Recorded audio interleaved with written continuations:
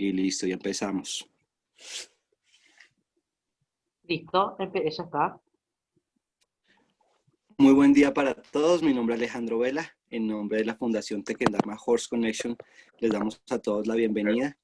El día de hoy tenemos una ponente muy especial.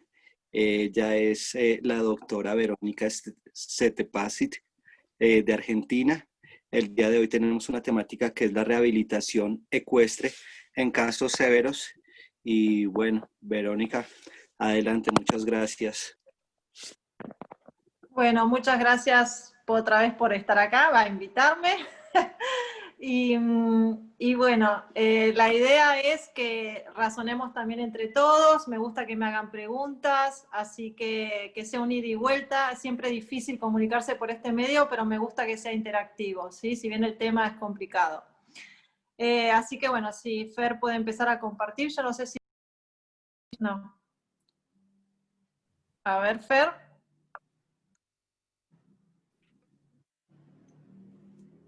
Bueno, yo no sé si somos los mismos que estábamos en la otra charla o no, así que por ahí algunas cositas las voy a repetir porque son importantes para este tema. Pero bueno, empezamos. Yo soy la doctora Verónica Setepasi, soy la coordinadora del área de equinoterapia de la Escuela de Equitación Hipocampo, que tiene sede en Buenos Aires, en Argentina. Siguiente, por favor. Tenemos un equipo de trabajo interdisciplinario constituido por diferentes profesionales del área de la salud, de la educación y ecuestres. Y lo que no comenté la otra vez que me parecía interesante que supieran es que tengo, digamos, lo que sería una mano derecha muy importante y que es la coordinadora de logística en pista. ¿Y qué significa eso? Yo hace muchos años, cuando empecé a organizar el trabajo en el club, hacía todo sola, todas las funciones las cumplía yo, además también de trabajar con los pacientes al caballo. Y la verdad que cuando éramos pocos, teníamos pocos pacientes, 20, 30, podía organizar todo, pero no me podía ni enfermar, ni nada por el estilo, porque si no estábamos en el horno. Entonces empecé a pensar en una figura que se hiciera responsable de algunos ítems fundamentales y que yo no estaba logrando abarcar. Entonces creé esta figura que al inicio la llamé coordinadora ecuestre, porque lo que hacía justamente era coordinar todo el tema de la reserva de los caballos, la seguridad en pista y los auxiliares.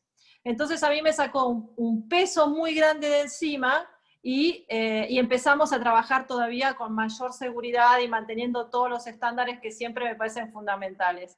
Y bueno, esa después se transformó en coordinadora logística en pista, porque coordinadora ecuestre en realidad quedaba chico el nombre. Y Alejandra, que es mi mano derecha y la verdad no existo tan bien sin ella como con el resto del equipo, bueno, le inventó, creó este nombre que me parece súper acertado. Así que bueno, me había quedado pendiente en contarles eso.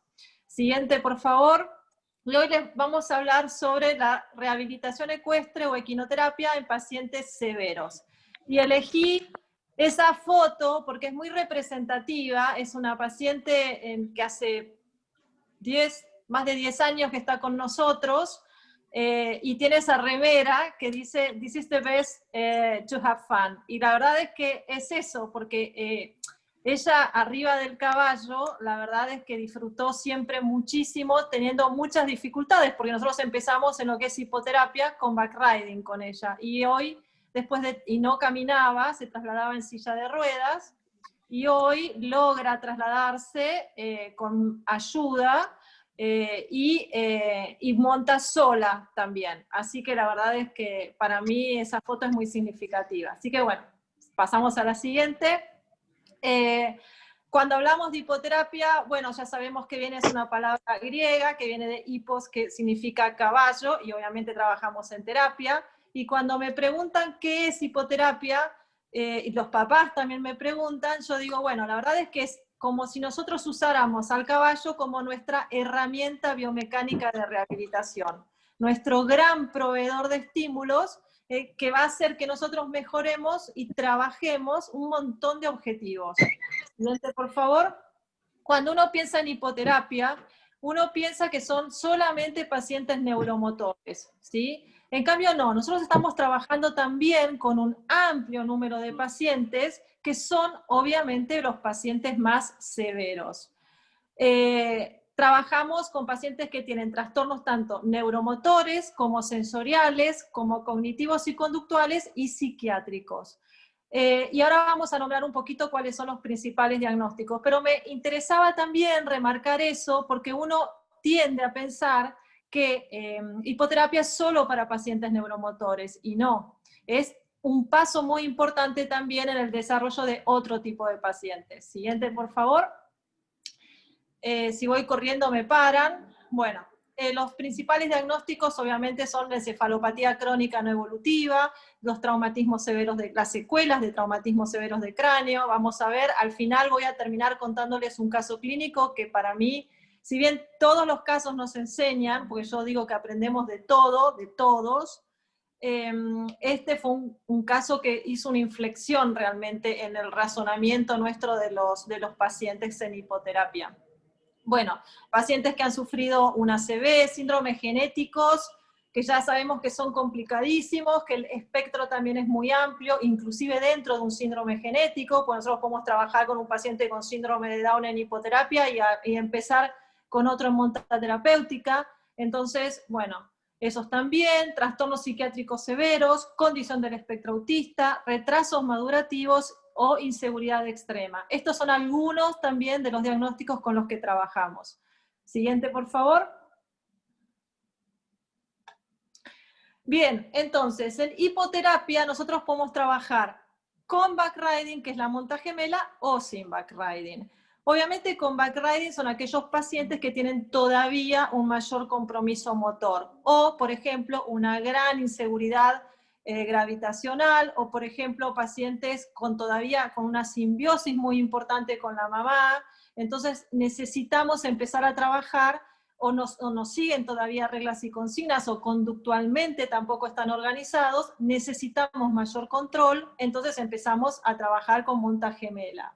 O por ejemplo, si alguien escuchó la charla anterior, vimos que nosotros, ¿se acuerdan cuando hablaba de la metodología de la NIRE, de la doctora Chiterio, de la Asociación Nacional Italiana, y utilizábamos el maternage, que es cuando el paciente se da vuelta y nos mira a nosotros para que esa ruptura no sea tan fuerte? Bueno, también lo hacemos en este caso. Y sin backriding, obviamente son pacientes que tienen una mayor independencia postural o emocional o cognitiva y conductual. No sé si se han dado cuenta que yo no nombré lo que es la hipoterapia pasiva y activa. Me gustaría hacer un paréntesis en este concepto porque en muchos libros sale. Y la verdad es que es como, yo también les contaba en la primera charla que tengo como ese efecto de ponerme a razonar y a pensar un poco mucho las cosas, y la idea de la hipoterapia pasiva y activa, perdón, mi perro está complicado. Bueno, la hipoterapia pasiva es cuando el paciente pasivamente está arriba del caballo. Hipoterapia activa es cuando se agrega algún ejercicio neuromuscular. Yo opino que ya desde el momento que nosotros sentamos un paciente arriba de un caballo, ya estamos trabajando con esta herramienta biomecánica y ya estamos trabajando a nivel neuromuscular. Y eso es trabajo activo. Si bien yo puedo facilitar algún ejercicio, en realidad la musculatura y todos los impulsos, todo lo que me da ese caballo, ya está surtiendo efecto. Entonces ya estoy trabajando activamente. Y esas personas que dicen, uy, ¿qué está haciendo? Está dando como una vueltita a caballo, ¿no? ¿Qué hace? Nada, está dando una vuelta a caballo. No, está trabajando a nivel neuromuscular profundo, a nivel sensorial profundo, y eso cansa. Eso es trabajo activo. Ustedes fíjense cuando terminan una sesión de hipoterapia y realmente dice la mamá, uy, se durmió una siesta que era impresionante. Y sí, porque eso es cansancio, y para mí eso es activo. Entonces, me parece importante aclarar este concepto. Siguiente, por favor. Bueno, ¿qué es el backriding? Obviamente el backriding a mí me encanta, es una técnica que me fascina, es una técnica complicada, la considero súper útil, y Es importante porque proporciona toda esa facilitación, digamos, física que necesita ese paciente de manera externa para poder recibir los estímulos de la mejor manera correcta, porque si nosotros estamos trabajando con una hermosísima herramienta biomecánica de rehabilitación, bueno, nosotros tenemos que aprender a dosar esos estímulos y a través de técnicas de facilitación o de inhibición o lo que necesitemos, que es lo que vamos a ir a ver un poquito más adelante, ¿sí? Es decir, son pacientes que no pueden ser manejados de manera correcta desde abajo. Siguiente. Bien. Como es una técnica complicada, obviamente las normas de seguridad acá tienen que estar al máximo nivel y no tenemos que, otra cosa que siempre digo, fosilizarnos arriba de esta técnica, sino que a medida que van ganando control postural, yo los tengo que ir dejando y dándoles independencia. Muchas veces veo fotos o videos de pacientes que digo, ¿por qué no está solito arriba del caballo? Si pareciera que tuviese todas, ¿no?, las condiciones. Obviamente uno no puede evaluar una foto ni un extracto de un video, pero yo hago muchas supervisiones y muchas veces veo que se tiende como a quedar en esta cosa de seguridad que por ahí pasa inclusive por nosotros, ¿no?, como personas, como terapeutas, como profesionales, que nos cuesta darles esa independencia, pero que es absolutamente necesaria. Siguiente, por favor. A ver. Les voy contando lo que dice la siguiente. Bueno, ahí apareció. Bueno, los terapeutas o profesionales que trabajan en hipoterapia con backriding tienen que ser profesionales que estén entrenados en esto, ¿sí? Que sean hábiles en las técnicas de rehabilitación también. No son solo terapeutas del área de la salud o los que tienen que y pueden trabajar. Sí, obviamente ellos lo van a hacer con los pacientes neuromotores, porque necesitan un psicomotricista, un terapista ocupacional, un kinesiólogo, fisioterapeuta, o bueno, yo salí a estudiar, o sea, yo me formé en neurodesarrollo y hice cursos donde le decía a los kinesiólogos, digo, enséñame a tocar, a dónde poner la mano, porque si bien quizás instintivamente lo sabía, me faltaba la técnica. Pero pueden ser, si yo tengo un paciente de la condición del espectro autista, un profesor de equitación, también puede montar en backriding, o sea, depende también del paciente, ¿sí? Eso está sobreentendido. Los caballos que usamos son caballos obviamente adecuados, tienen que tener una morfología, un tamaño, tienen que sostener el peso de 2 personas, inclusive el más pesado está como más atrás del punto de equilibrio del caballo. Entonces esto puede ser molesto para ese caballo, y hay caballos que no lo soportan o con el tiempo se fastidian. Entonces es muy importante también que esté súper entrenado, musculado y demás. Y estos caballos obviamente tienen que ser caballos con ciertas características que vamos a analizar más adelante, también un poco, 2 palabritas sobre eso. Y los auxiliares sí también son fundamentales porque por un tema de seguridad, ¿sí? Por ejemplo, en Estados Unidos no se trabaja en backriding justamente por los riesgos que implica. Siguiente, por favor. Entonces ahora les voy a comentar un poco cuáles son todos los objetivos que nosotros trabajamos en hipoterapia, porque, repito, cuando yo agarro inclusive libros y leo sobre patologías,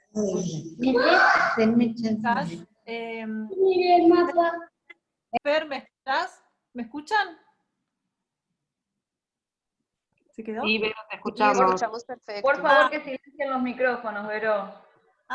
Bueno, sí, porque a veces no sé si me escuchan a mí u otros. Bueno, y bueno, entonces les contaba, hablamos solo de objetivos neuromotores. En cambio, a mí me interesaba recalcar los diferentes objetivos que nosotros seguimos trabajando en hipoterapia. Siguiente, por favor. Entonces, para que sea un poco más didáctico, los dividí de la siguiente manera. Obviamente estos son algunos, no son todos, porque hay muchos más, pero también me parecía importante para que empiecen a organizarse, ¿no?, mentalmente en qué es lo que estoy en este momento focalizando. Entonces, si vamos a hablar de objetivos motores, obviamente el control postural, las reacciones de balance, todo lo que tiene que ver con las reacciones de equilibrio, de enderezamiento, de defensa, fortalecimiento muscular, regulación del tono, etc. Si hablamos a nivel sensorial, objetivos sensoriales, obviamente todo lo que tiene que ver con el procesamiento sensorial, que ya sabemos que se hace a través de todos los sentidos, pero principalmente las vías táctil, propioceptiva y vestibular son las que integran y las que forman parte de este procesamiento sensorial y son las que vamos trabajando con los caballos. Objetivos cognitivos, todo lo que tiene que ver con memoria, atención, planificación, razonamiento, entre otros, ¿sí? Siguiente, por favor. Cuando hablamos de objetivos conductuales, por ejemplo, pacientes que todavía no se pueden controlar, que tienen problemas en la conducta, bueno, vamos a trabajar el control de los impulsos, el aprendizaje para que puedan seguir reglas y consignas, estamos trabajando también los límites, cierto encuadre para que ellos se organicen, sociales, todo lo que tiene que ver con la atención conjunta, las habilidades de juego, las habilidades de comunicación, y emocionales, obviamente, todo lo que tiene que ver con la inseguridad, las ansias de separación. Así que como ustedes pueden ver, en realidad es una técnica en donde no solo estamos focalizando mejorar un control del tronco, un control cefálico, desarrollar una reacción de equilibrio, sino que estamos trabajando todo esto al mismo tiempo. Que es lo que siempre también les explico a los papás y es lo que nosotros sabemos que es increíblemente maravilloso de esta terapia. Siguiente, por favor. Entonces, vamos a repasar algunos conceptos que me parecen fundamentales y vamos a hablar de pacientes severos. Siguiente. Esto ya lo hablamos, en donde que la estimulación proporcionada por el caballo, desde el punto de vista postural, es biomecánico y es sensorial, ¿sí? Y que tenemos que realmente entrenarnos en el manejo de estos pacientes. Son pacientes que también, como vamos a ver, algunos tienen desde traqueostomía, tienen botón gástricos, tienen muchas complicaciones, no controlan la cabeza y nosotros ahí tenemos que saber cómo hacer. Siguiente, por favor.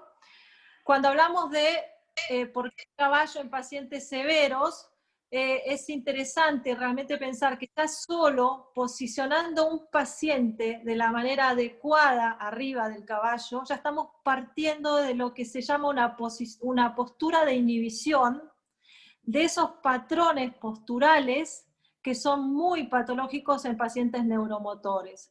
En general lo que predomina en los pacientes, neuromotores con parálisis cerebral es la extensión.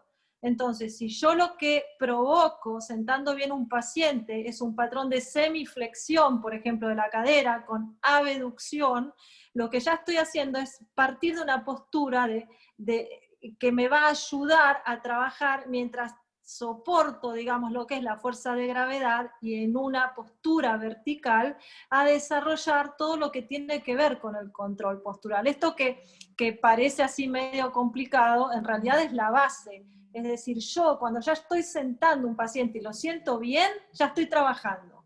Y sin siquiera empezar a mover el caballo. Y esto es lo interesante, ¿sí? Siguiente, por favor. El punto de partida, entonces, es la pelvis.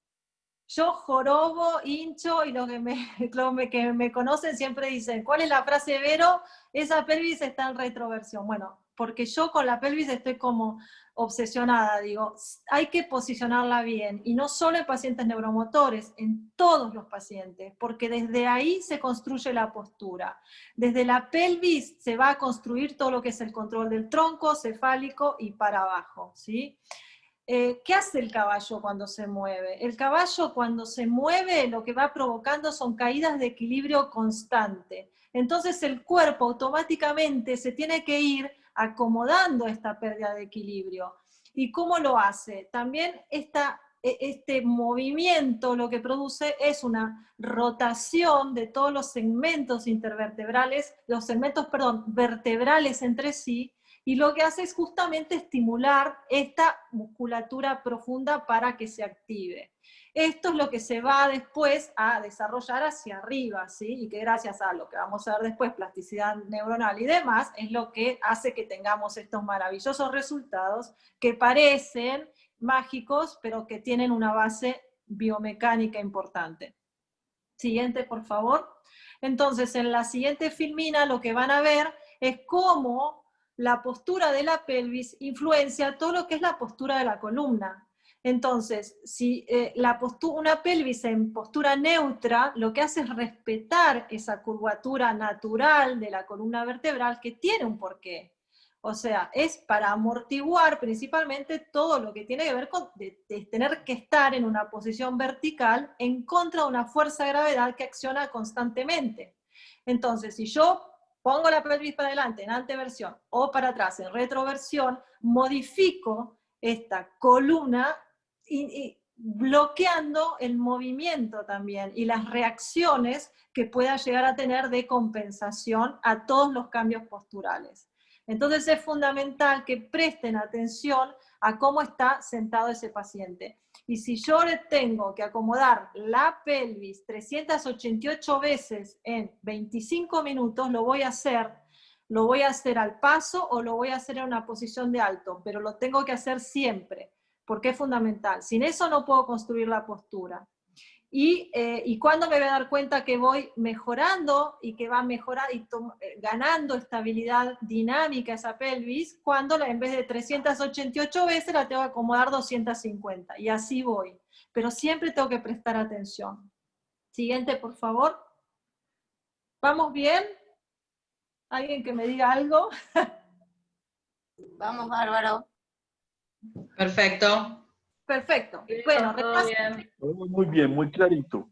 Gracias. Repaso de biomecánica, no se desmayen, no voy a meterme en ese tema que es complicado y largo, solo 2 palabras, siguiente por favor, que obviamente lo que hace nuestro hermoso caballo es repetir lo que se llama el famoso patrón de marcha, ¿sí? ¿Por qué? Porque facilita la disociación de lo que es la cintura pélvica con la cintura escapular, en un movimiento de rotación, porque como pueden ver en esa figura que ahí les puse, lo que hace el caballo es hacer un traslado simétrico de peso, al mismo tiempo que va grabando por repetición, es decir, de esa manera nosotros vamos grabando lo que es un patrón de marcha normal, ¿sí? Pero no es esta la única condición que nos favorece con el tema del caballo, porque yo también escucho muchas veces cuando dicen cuáles son los principios fundamentales y por el patrón de marcha y el calor corporal. Y bueno, cuando se acuerdan del ritmo, en realidad es un todo, y lo que vamos a ver después cuando les mencione sobre el uso de otro tipo de caballos, en realidad ya lo que es el movimiento y la propiocepción, ya ahí estamos trabajando con la activación muscular, con lo cual también estamos fortaleciendo. Así que bueno, pero esto obviamente es una súper herramienta en los caballos que tienen el patrón diagonal. Siguiente, por favor. Entonces, lo que vamos a buscar es esa famosa estabilidad dinámica de la pelvis, que es la que nos va a ayudar a poder mantener una postura de sentado buena y obviamente a lo que es el caminar o la deambulación, ¿sí? Acuérdense una cosa, estos pacientes no tienen la sensación del movimiento, no saben lo que es moverse y no saben lo que es moverse bien, porque están luchando con un tono que es muy alto, con reflejos, que son reflejos que se llaman arcaicos, que los viven invadiendo y que los viven disturbando en su experiencias en el mundo, con lo cual el caballo al moverse de esta manera tan adecuada, por decirlo de alguna manera, les está enseñando lo que es el mundo. Y bueno, lo tenemos que hacer lo mejor posible. Por eso es tan delicada esta técnica y no hay que subestimarla. Bien, siguiente por favor. El ritmo, porque el ritmo es fundamental. ¿Vieron cuando hablamos del patrón del largo del paso del caballo? El ritmo, que sabemos que la cantidad de pasos del caballo y el humano es parecido, es prácticamente igual, etc. Es la clave. ¿Por qué? Porque por repetición aprendemos. ¿Y por qué? porque nosotros así, de esa manera, podemos anticipar lo que viene después. Entonces todo nuestro cuerpo se va preparando para accionar. Por eso es fundamental, y por eso también es muy delicado el cómo trabajamos, que ese caballo esté con un ritmo parejo, que una línea recta es una línea recta, que un cambio de dirección sea lo más suave posible, si ese paciente todavía no lo soporta. O sea, pensemos y empecemos a ponernos realmente en los zapatos de nuestros pacientes y tratar de sentir qué es lo que ellos sienten con ese movimiento. Yo una vez tuve, bueno, tengo muchas anécdotas, pero hay una que me quedó muy grabada, y era un paciente muy severo, que era una cuadriparesia espástica. Imagínense, no sabía lo que era el movimiento, y lo puse arriba del caballo, la primera clase, obviamente con todos los cuidados, bueno, como vamos a hablar, y el caballo empezó a moverse y empezó a reírse a carcajadas, y se rió carcajadas toda una vuelta de la pista. Y nos reíamos, era tan fuerte la emoción, es que él sentía por primera vez el movimiento, y la verdad es que, bueno, fue increíble. Siguiente, por favor. Me emociono cada vez que pienso en eso. Bueno, entonces es muy importante razonar y hacer un análisis de qué profesionales van a trabajar, qué caballos y qué equipamiento con esos objetivos que nos propusimos. Un poco lo que hablamos en la otra charla, ¿sí? Acuérdense, los profesionales son los que van a dosar los estímulos que vienen del caballo. Y el equipamiento es también, en cierto sentido, lo va a dosar, porque voy a tener en algún sentido o en otro que pensarlo muy bien para ver qué es lo que quiero trabajar. Y ni hablar de los caballos, que los caballos sí hablamos, que según su morfología y demás, son fundamentales, ¿sí? Siguiente, por favor. Entonces, los Permiso, Vero, perdón, ¿Eh? perdón, Sí. permiso. Yo soy Karina, soy de acá de La Rioja, Argentina, y con lo que estabas diciendo, permíteme una cosita. Yo soy fonoaudióloga y he trabajado con el caballo de paso peruano la disfluencia. Y un caballo con un ritmo parejo como es el caballo peruano, hemos podido lograr. Sí. Totalmente de acuerdo. ¿Me escuchás? ¿O se paró tu... ¿Hola? Y no te la, Eh, ahí nos te la fue. escucho de vuelta. A ver. Hola, hola, ¿ahí me Hola. escuchás? Ahí te escucho, te quedaste como congelada. Ah, a ver, la disfluencia es una alteración del ritmo del lenguaje, que es lo que anteriormente se le llamaba el tartamudeo, ¿sí? Hemos logrado que el niño pueda adquirir el ritmo del lenguaje con el caballo peruano de paso. No lo pude documentar. Pero me encanta que lo digas. ¿Sabes por Este qué? caballo se camina por laterales o por diagonales, perdón. El caballo peruano es por laterales, son Por laterales. Y no Perfecto. es como diagonal.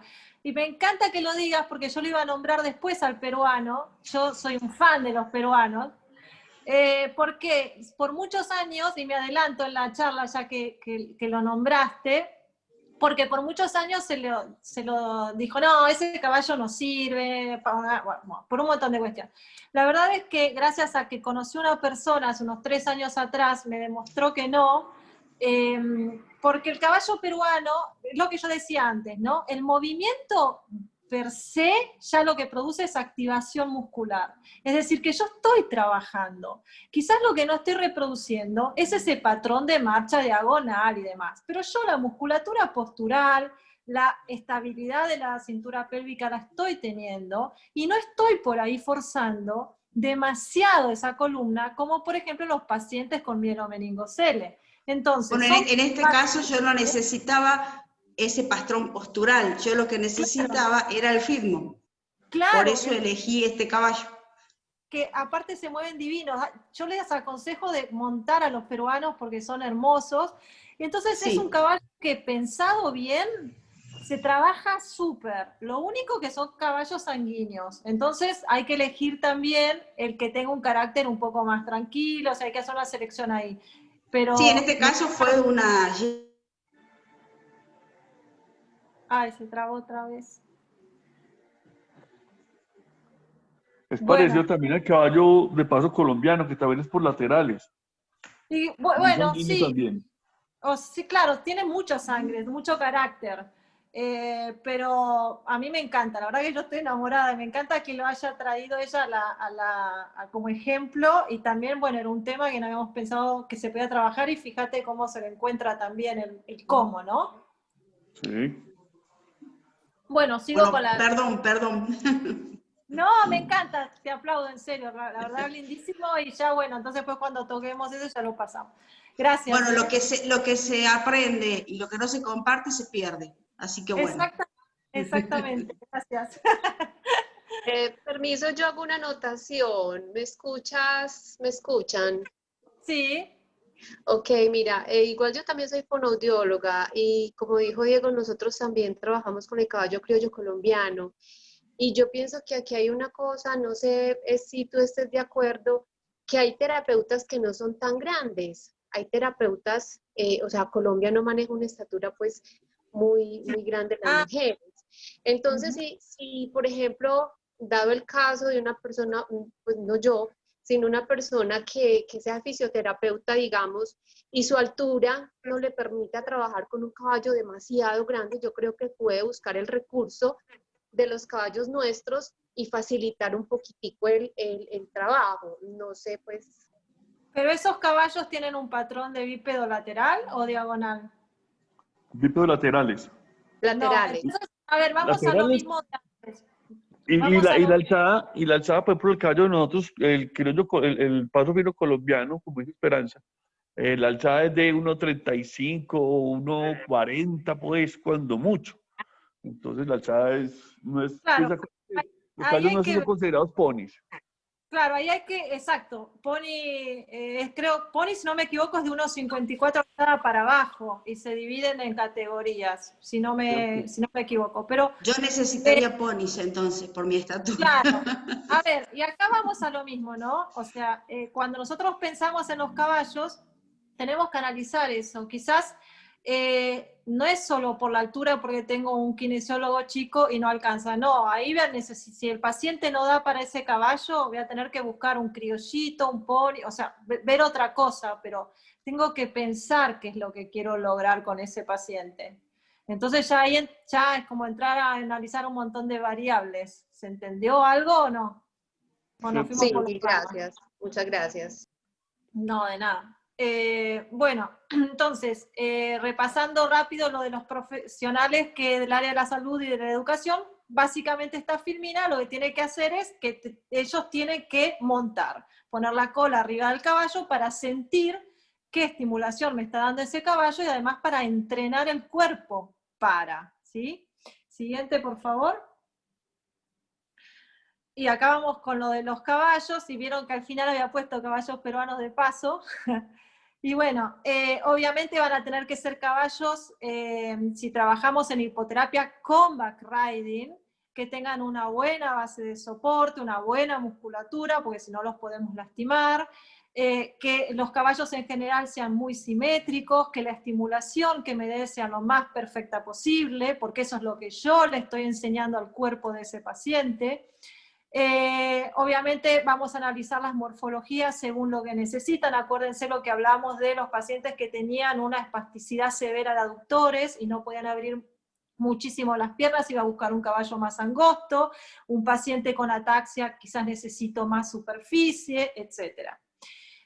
Importante, que debe estar acostumbrado a la rampa. Si yo voy a subir a los pacientes desde la rampa, el caballo tiene que estar acostumbrado a pararse de manera paralela perfecto, a acercarse bien, a salir bien de la rampa, a no que esté como inseguro, porque la verdad es que el momento de la rampa es el momento más peligroso, porque yo lo comparo siempre como el despegue y el aterrizaje de los aviones, es el momento más delicado, ahí no me puedo quedar mucho tiempo, tengo que montar y desmontar, bastante rápido, digamos, y no quedarme en una situación de riesgo, ¿sí?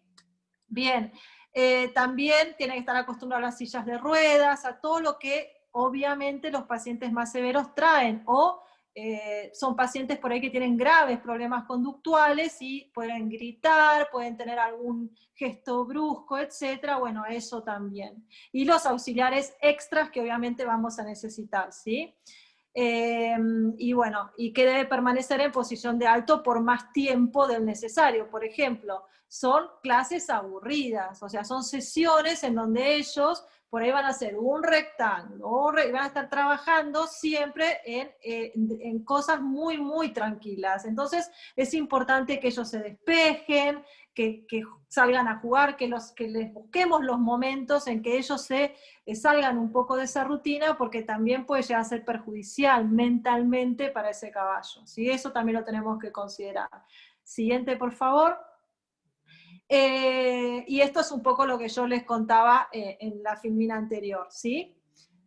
Siguiente, por favor. Entonces, cuando hablemos de equipamiento, yo acá sí, porque, repito, por ahí para los que ya me escucharon, va a ser medio repetitivo, pero me parece fundamental recordarlo. Siguiente, vamos a trabajar con diferente equipamiento, depende de lo que necesite ese paciente.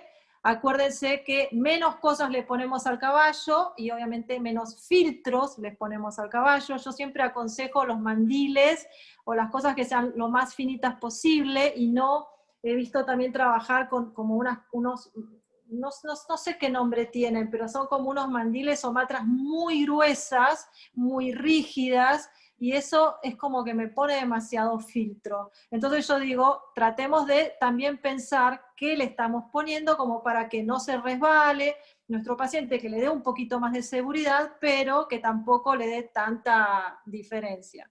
Entonces lo que nos permiten es los mandiles y las matras, obviamente, es que la transmisión directa del movimiento es más amplia, ¿sí?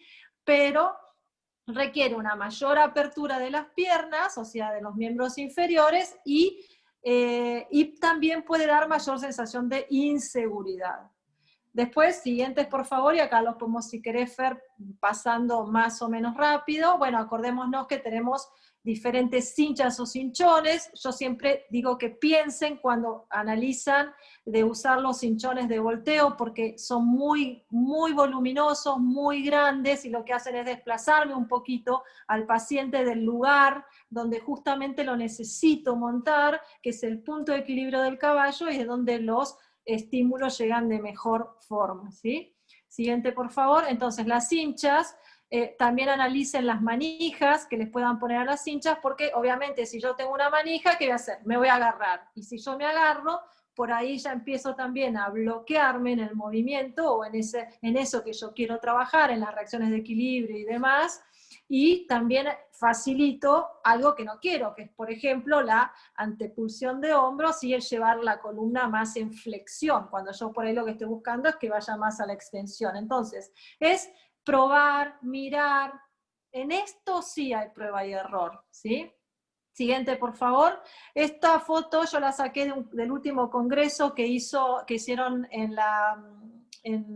ETI, y me pareció muy interesante porque es como de neopren, ¿sí? Y lo que le han adjuntado es una especie de manija que es regulable en altura. Entonces me pareció que estaba bueno. Si quieren chusmelo, yo lo saqué de internet.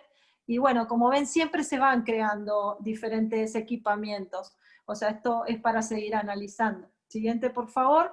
Bueno, una cosa que usamos mucho son los monturines, porque también no tienen estructura, entonces tenemos un contacto directo con el lomo del caballo, y además nos permite, en el caso de que empecemos a trabajar lo que es la descarga de peso o demás, agregarle los estribos o capachos. Siguiente, por favor. Creo que la tenemos. No, ahora vamos a hablar de las monturas. Mucha discusión se habló sobre si montura no, y también escuché decir que la montura distorsiona los movimientos del caballo. No estoy de acuerdo. La montura siguiente por favor, es un seleccionador de los movimientos del caballo. En realidad lo que está haciendo es primero, reducir la superficie de apoyo. Es decir, si yo tengo un paciente que no puede abducir demasiado, es decir, que ponerlo directamente sobre un mandil sería para él demasiado por la espasticidad de aductores, lo puedo poner en una montura en el caso de que el tronco, o sea, pensando que todo el resto está mejor o más o menos bien, ¿sí? Lo puedo poner en una montura porque le voy a dar también un poco más de estabilidad y al mismo tiempo va a necesitar menos abducción. Pero al mismo tiempo también me está seleccionando el movimiento y la estimulación que me da el caballo más lo que es en el plano sagital. Es decir, me reduce un poco la estimulación en el plano frontal, es decir, lateral. Entonces, pensemos también por qué, cuándo y cómo, lo cual es re interesante. Eso es lo que me encanta de la equitación, porque nos da todos los elementos. Nosotros solo tenemos que saber analizar y aprovecharlos, y eso está buenísimo. Creo que todos concuerdan conmigo en eso. Bueno, esta montura yo se las presenté, es la montura Elisa, es italiana, fue creada hace fácil 18, 17 años atrás, no sé cuántos. Es una montura inglesa a la que le han adjuntado una manija, que lo que tiene interesante la manija, si ustedes pueden ver, es la forma de la manija, que no es una manija redonda, y que tiene una cierta angulación. Todo eso fue estudiado para favorecer lo que es el agarre bilateral sin llevar a la flexión, ¿sí?, del tronco y de los hombros, sino facilita la apertura, facilita la activación de lo que es la cintura escapular y las cadenas distales, y lo bueno es que se saca y se pone. Entonces, en lo que es las maniobras de monta y desmonta, la saco, la pongo, y cuando yo también le quiero dar independencia al paciente, porque en algún momento la tengo que empezar a sacar en lo posible, la puedo sacar. Y al mismo tiempo tiene un sistema de seguridad que no es que se zafa, ¿sí? No, si el paciente, que obviamente los pacientes van a cargar peso sobre la manija, no zafa y se pueden caer. Eso todo fue estudiado. Es un ejemplo de una muy buena montura. Vamos a la siguiente.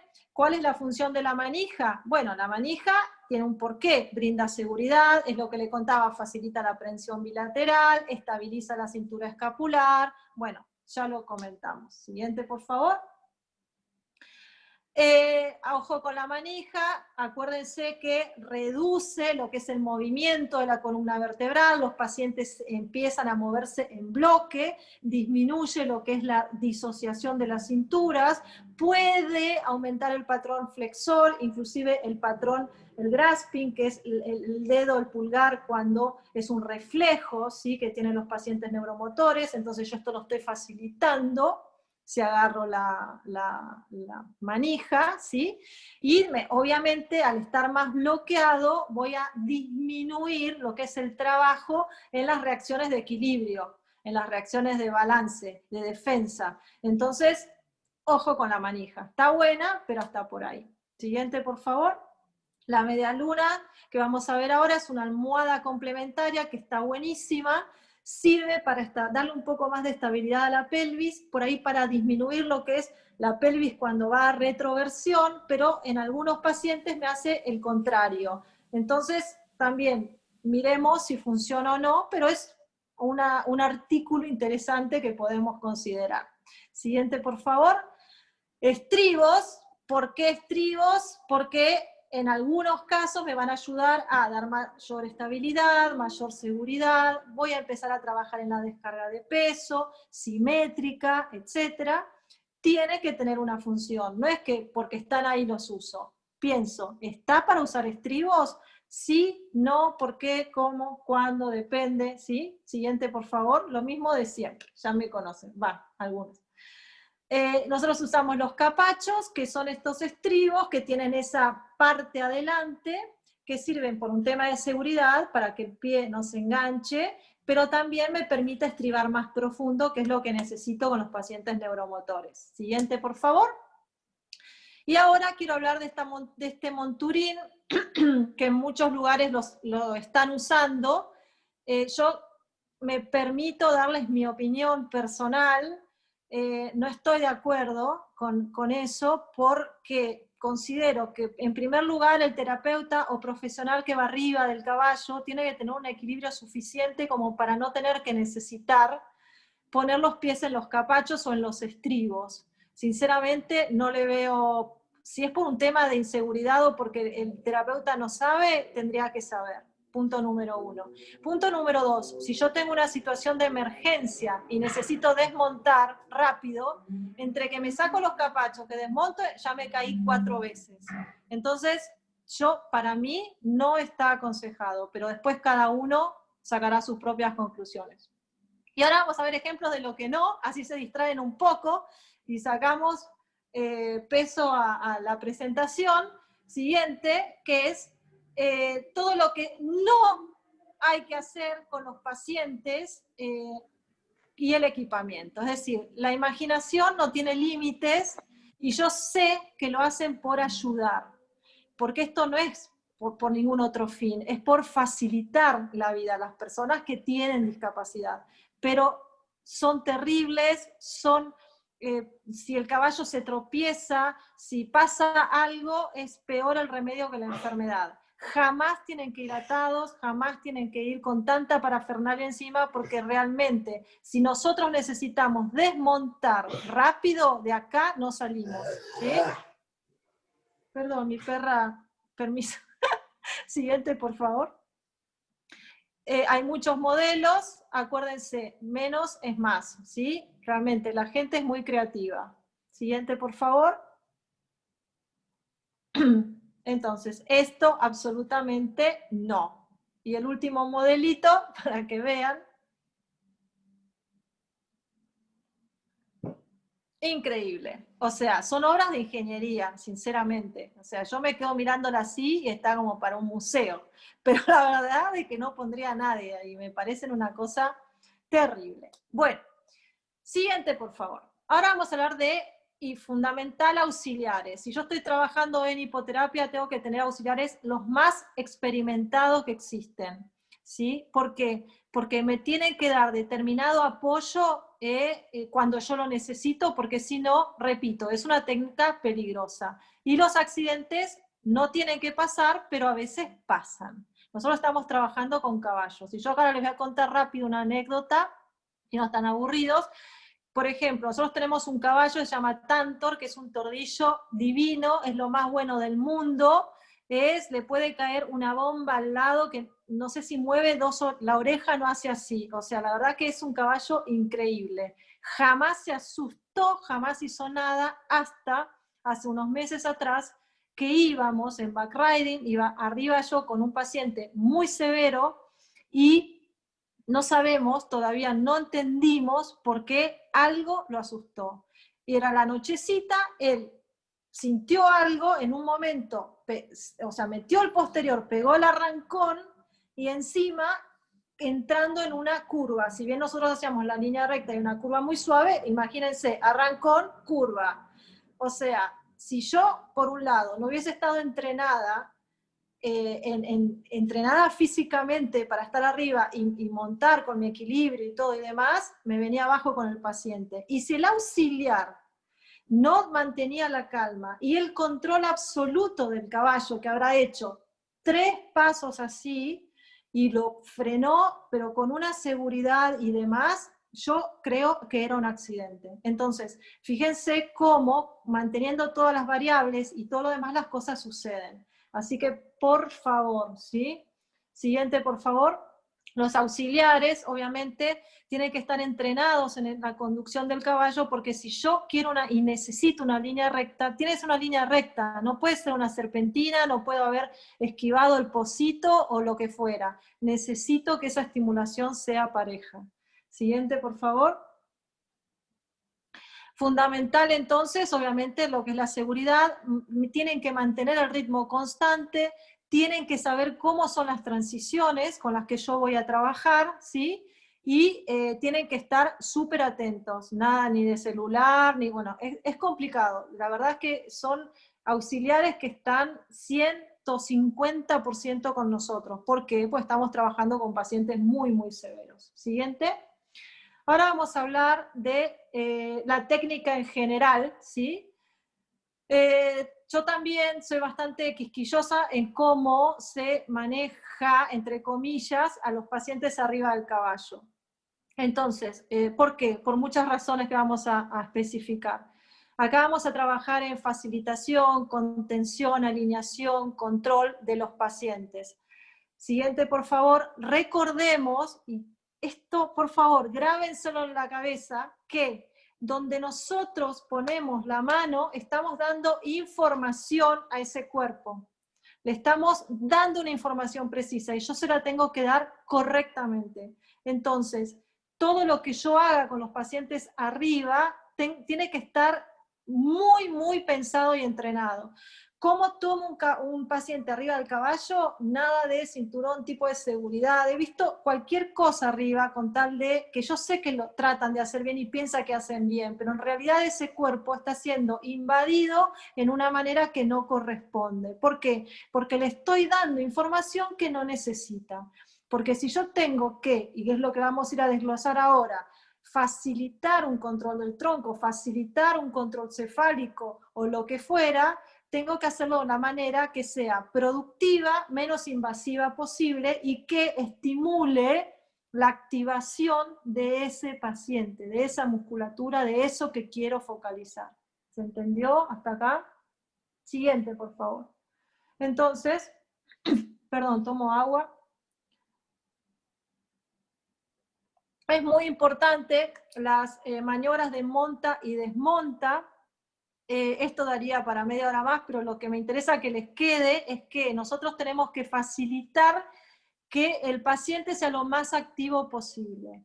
Es decir, cuidar esa maniobra tanto de monta y desmonta, pero siempre esperando que sea él el que active. ¿Y cómo hago yo? Con la palabra, con la orden, con el tacto, con algo que haga que él sea el que en principio tome control de su cuerpo, aunque parezca que no lo tiene. No son bolsas que subimos y bajamos. Ellos tienen que ser protagonistas también para empezar a darle la orden a ese cuerpito para que reaccione. Entonces, que démosle tiempo para colaborar, lo cual es complicado también, porque si yo tengo que estar poco tiempo en la rampa, no puedo esperar 5 minutos a que él pase la pierna para el otro lado. Pero bueno, con detalles tipo, bueno, siempre anticipando, ahora vamos a pasar la pierna para el otro lado. Bueno, contamos hasta 3, 1, 2, ya ahí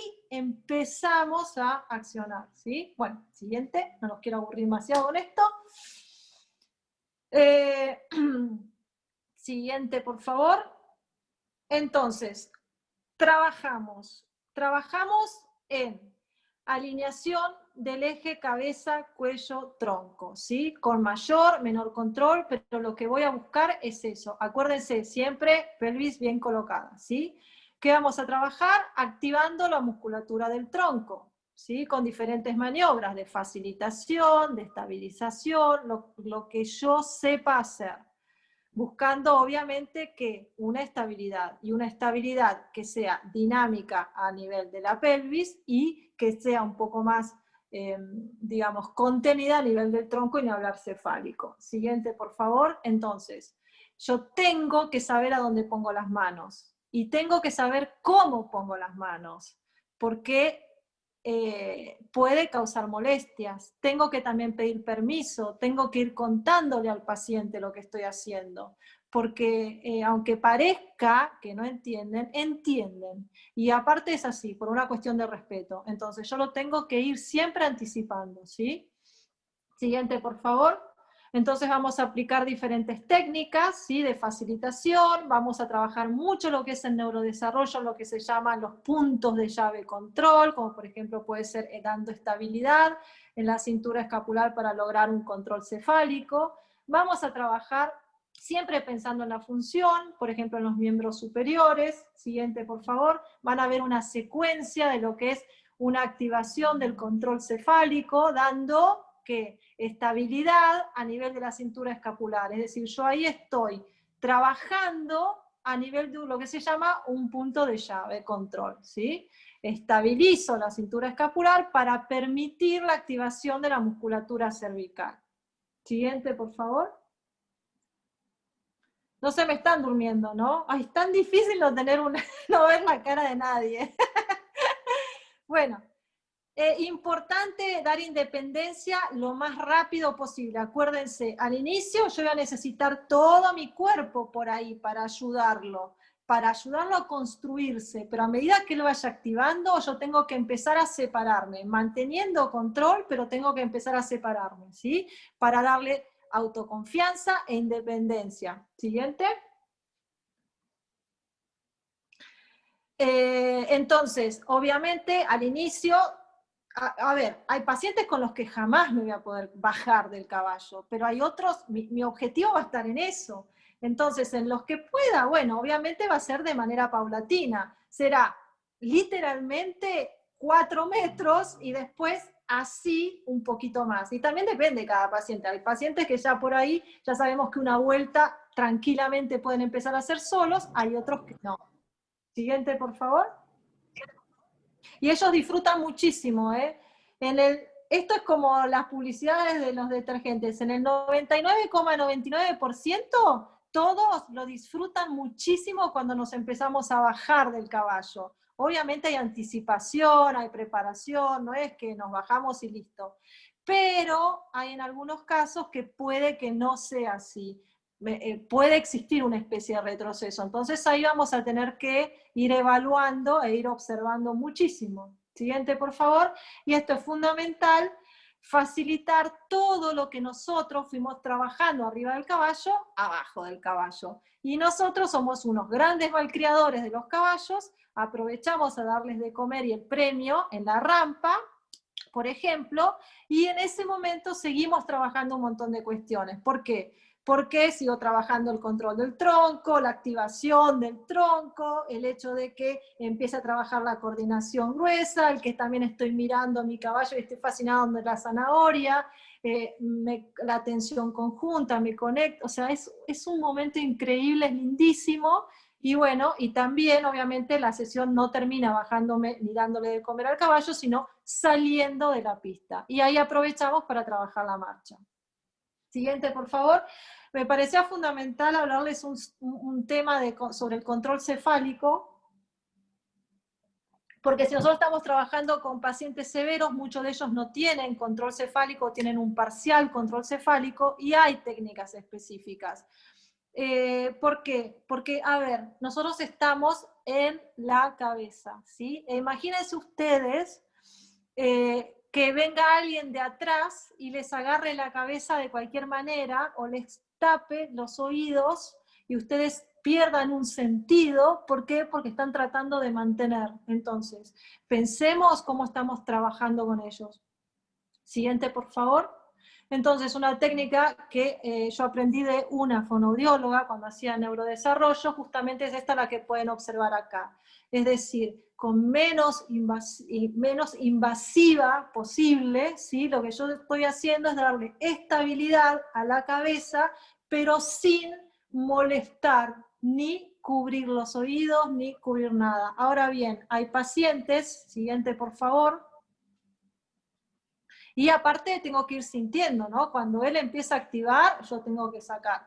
Hay pacientes en los que yo necesitaría 8 brazos directamente para estar arriba, y no me alcanzan, entonces, ¿qué voy a buscar? Hasta mi cabeza, mi boca, mi todo, termina siendo parte de, o sea, yo, si pueden ver en la primera foto, yo ahí lo que estoy tratando es de estabilizar lo que es la cintura escapular, y al mismo tiempo controlo la cabeza y con mi barbilla, ¿sí? O sea, ¿ves? Utilizo todo lo que tengo, me bajo contracturado por todos lados, pero a mí me encanta.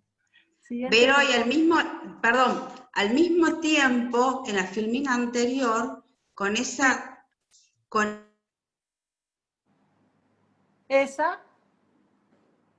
ay, se le traba la comunicación.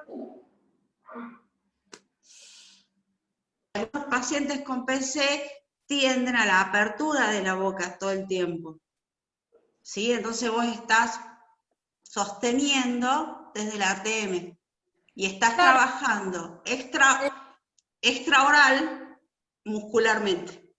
Es que eso lo aprendí de una fonoaudióloga, justamente, a mí me llamó mucho la atención. Dije, uy, eso está bueno. ¿Ves cómo uno va captando cosas de cada uno? Y bueno, es todo un trabajo en equipo. Tal cual, es fascinante. Bueno, a ver, siguiente. La otra, esa la vimos, y bueno, esta es una pacientita muy severa, ella es hipotónica, pero muy hipotónica, 5 años, es grandota, y tiene tráqueo y botón. Así que bueno, es una paciente muy complicada de controlar, aparte de tener la tráqueo se dificulta, a veces es como que no me dan las manos para sostenerla sin fastidiarla, y entonces descubrí que dándole pequeños estímulos en la frente, ella ya reaccionaba con activación cervical. Buenísimo, dije, bárbaro, entonces ya podía poner mi todo en otro lado y así ir activando el control cefálico. Es decir, ¿qué les quiero mostrar con esto? Es que hay que buscarle la manera. No hay solo una única manera, sino que hay que buscar. Pero para eso hay que saber. Bueno, y vamos a terminar, les cuento el caso clínico, que me parece interesante, siguiente por favor, a modo de ejemplo, porque es un caso que a mí me enseñó muchísimo, es algo que no está en los libros, aparte, o por lo menos no sé ahora, yo en esa época les hablo del 2004, 2005, no era algo que hubiese aprendido en otro lado. ¿Y esto qué es? Es fruto de la observación y el razonamiento, por eso todos lo tienen que hacer. Les cuento el caso de Victoria. Victoria era una nena de 3 años y medio, con un desarrollo completamente normal, que tuvo un accidente doméstico, que lamentablemente es uno de los accidentes más frecuentes en los niños, y es que se le cayó un televisor encima. Tuvo un traumatismo severo de cráneo, ella la tuvieron que reanimar, y quedó con secuelas a nivel del cerebelo, ya tuvo un hematoma, y fractura y más. Y quedó con también una válvula de derivación porque había quedado con una hidrocefalia. Entonces, imagínense una niña con hija única, nieta única, con un desarrollo completamente normal y que de golpe suceda algo tan terrible, que fue entre la vida y la muerte, literalmente. Entonces, siguiente por favor.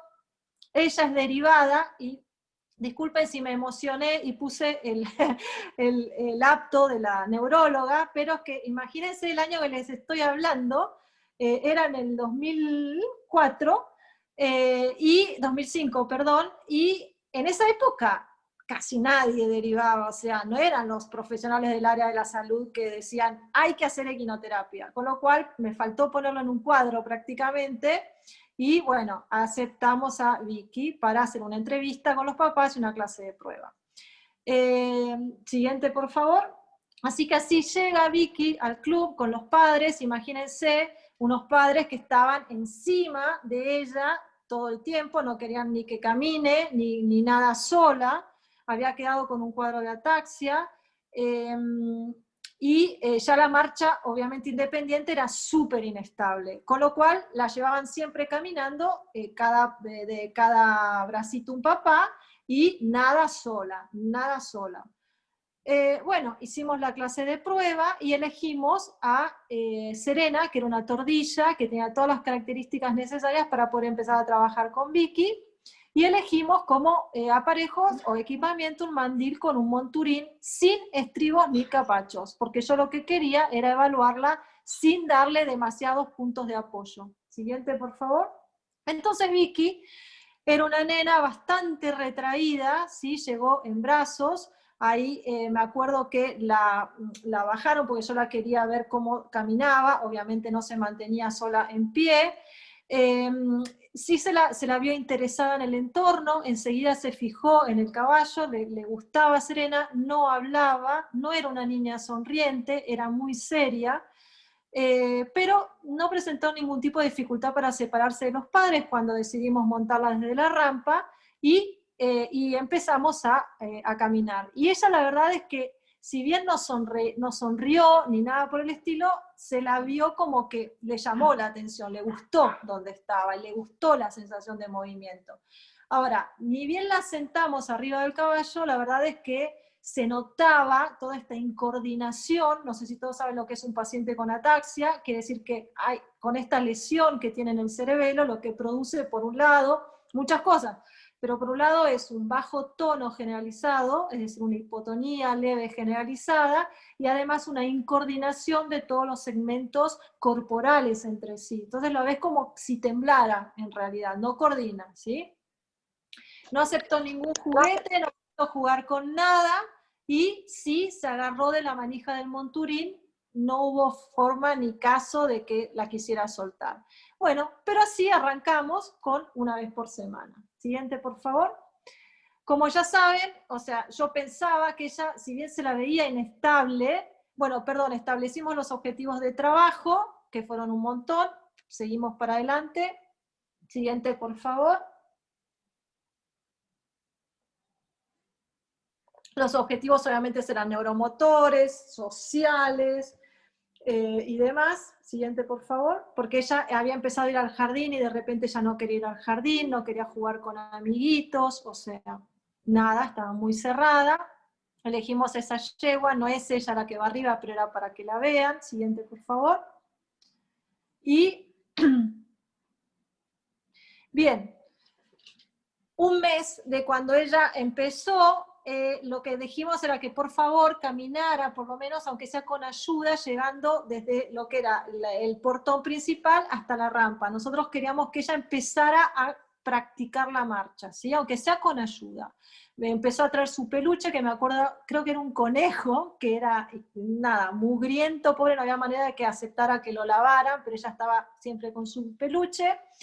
Y empezamos a trabajar. Siempre se la veía como que iba ganando control, lograba soltar la manija, por ejemplo, en las posiciones, cuando hacíamos alto, ahí lograba hacer algún tipo de intercambio, alguna situación de juego muy simple, empezaba a comunicarse, se notaba su disartria, pero no era una niña que decías feliz y que sonreía, no, le costaba relacionarse un poco con los demás, se había cerrado un poco en todas estas dificultades, ¿sí?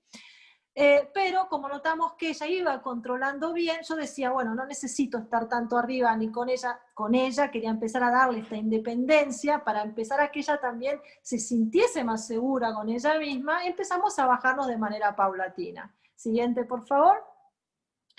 Entonces, a ver, julio del 2005 ya empezaba a montar independientemente durante toda la sesión, seguíamos trabajando la marcha, había mejorado el control de la postura, mejorado el control del tronco, mejor la motricidad gruesa, las reacciones de balance también, estaba un poquito más abierta, ¿sí?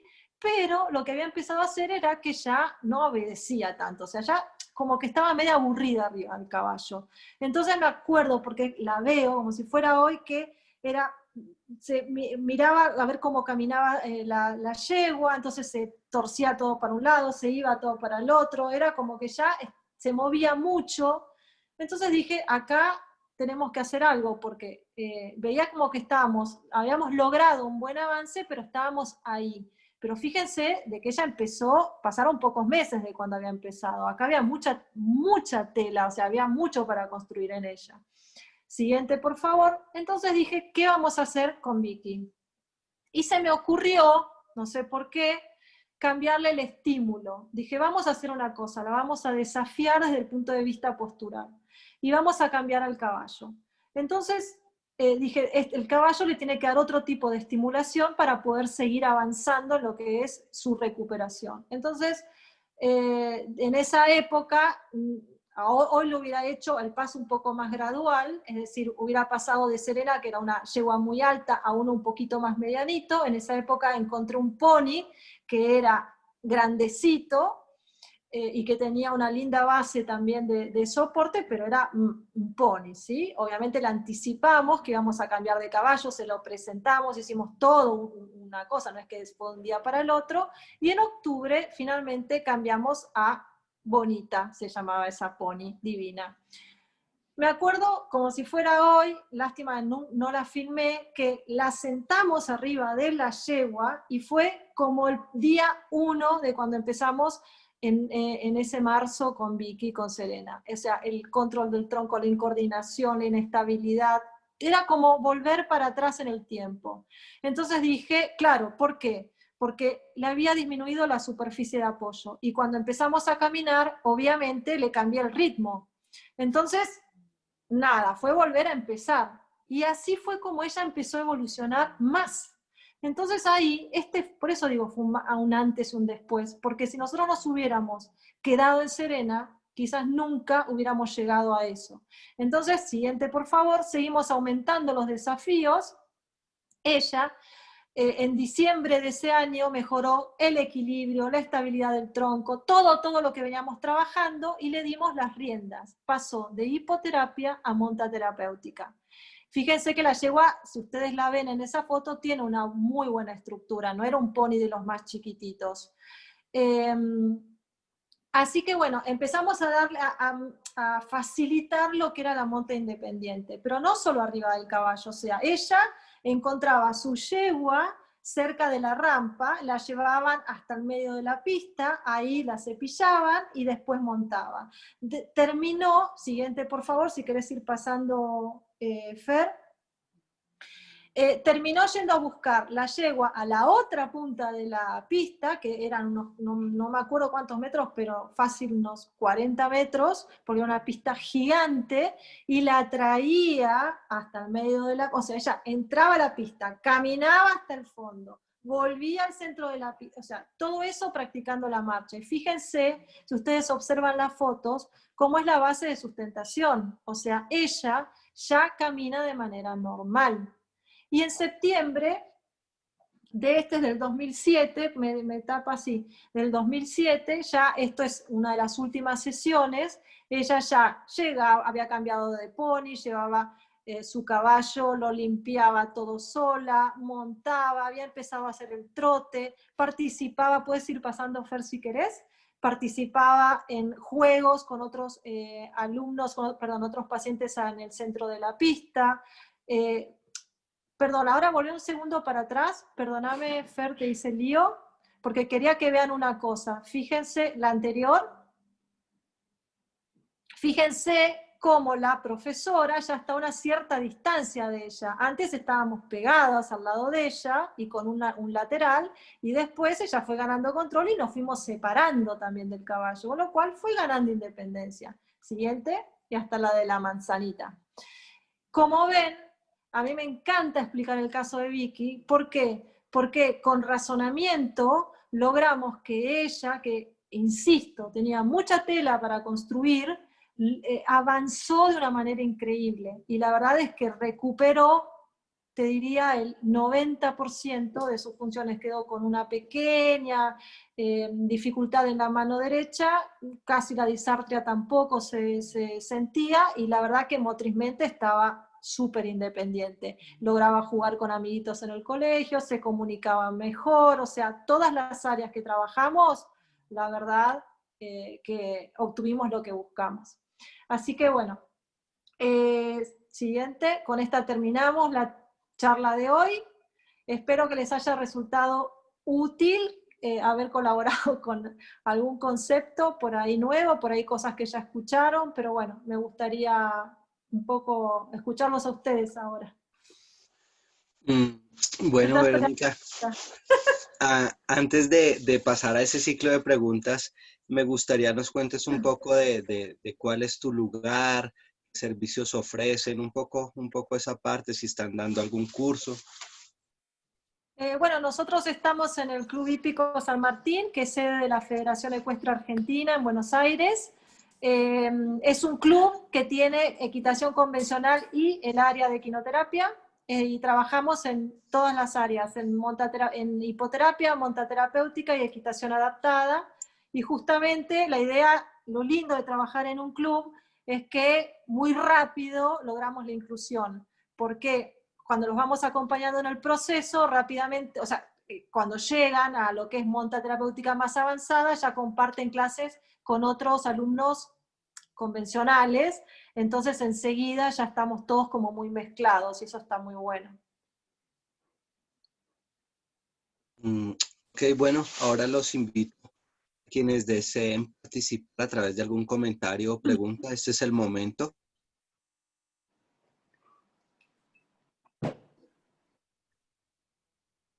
Yo tengo una preguntita, ¿puede ser? Adelante, María Alicia. Buenas Hola. noches en Argentina. Hola, Vero. Hola, Fer, hermosa. Yo hice muy poquita equinoterapia y aprendí muchísimo y bueno, y en los cursos que hice después y todas estas charlas me sirven. A mí me queda una duda, a ver, ¿cuántos chicos, cuántas clases soporta un caballo por día? Depende. Más o menos. A ver, depende. O sea, si estamos hablando de hipoterapia, con todo el tiempo backriding, y bueno, yo te diría, y son sesiones de media hora, y a veces tenemos unas 4 sesiones, 5 sesiones por día, y con sus intervalos de descanso. Está. No, porque nosotros teníamos un petizo que cuando lo trajimos, el petardo, esas son mis caniches, las que se escuchan, era un divino, sí, son así, parece un Rottweiler. Era un divino al principio, era un divino, lo trajimos, era un divino total, y con el tiempo se había puesto malo. Malo, o sea, malo en el sentido de que buscaba morder, buscaba patear, tiraba patadas. Si lo montaba uno solo, si el chico sabía montar y podía montarlo solo, independiente, no pasaba nada. Pero en la monta gemela, yo te juro, Vero, que era, y teníamos un nene con un PC, Luquitas, y la mamá divina, o sea, íbamos Liria, mi hija mayor, arriba, y la mamá de un lado y yo del otro, y yo continuamente a la mamá, anda más adelante, y le miraba las orejas al petizo, anda un poquito más adelante. Yo sabía que en cualquier momento venía la patada.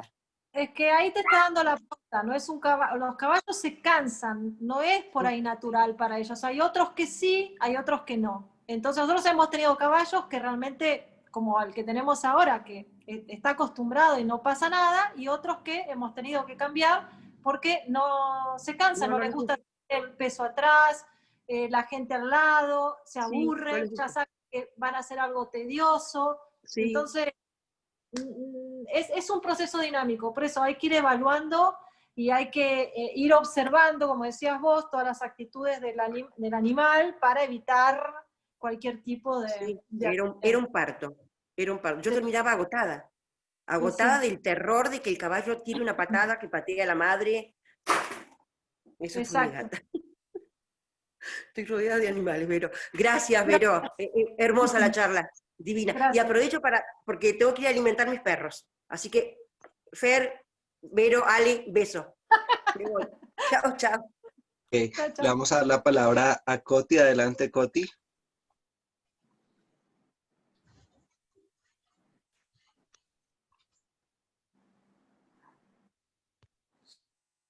Sí.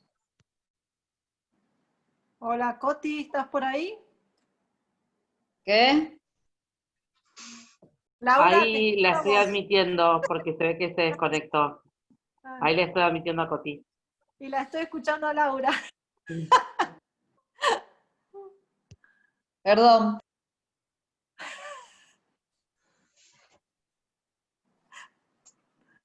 Ahí entró Coti ya.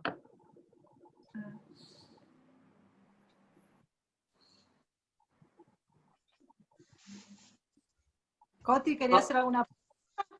Está silenciada, Coti. Ay, hola, ahí está. ahí estoy. Hola, buenas. Muy linda la charla, Vero.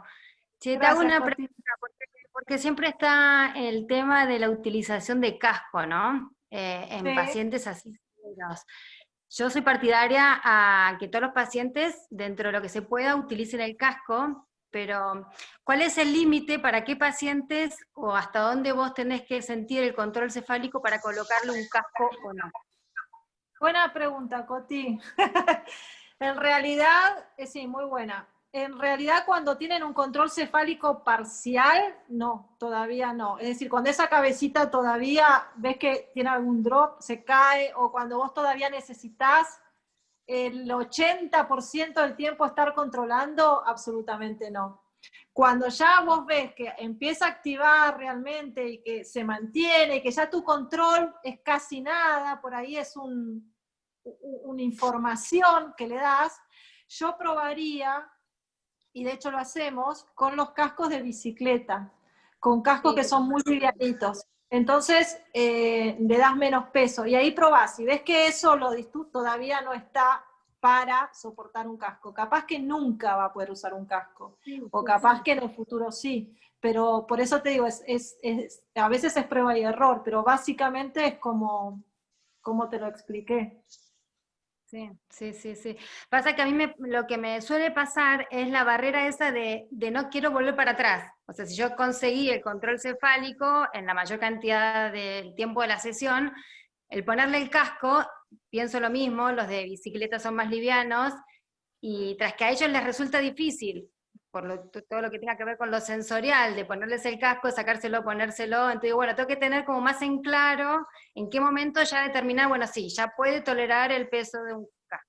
Pero bueno, Coti, razonándolo juntas, ¿no? O sea, ¿cuál es el problema de ponerle y decirle, bueno, mira, vamos a probar a ver si te queda bien, si nos gusta? Ay, no, ¿sabes qué? Todavía no. Y lo pasaron y ya está.